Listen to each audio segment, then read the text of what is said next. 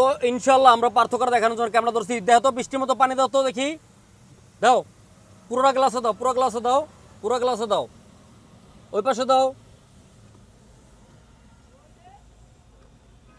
হ্যাঁ হইছে, এবার ছেড়ে দাও, আর লাগবে না।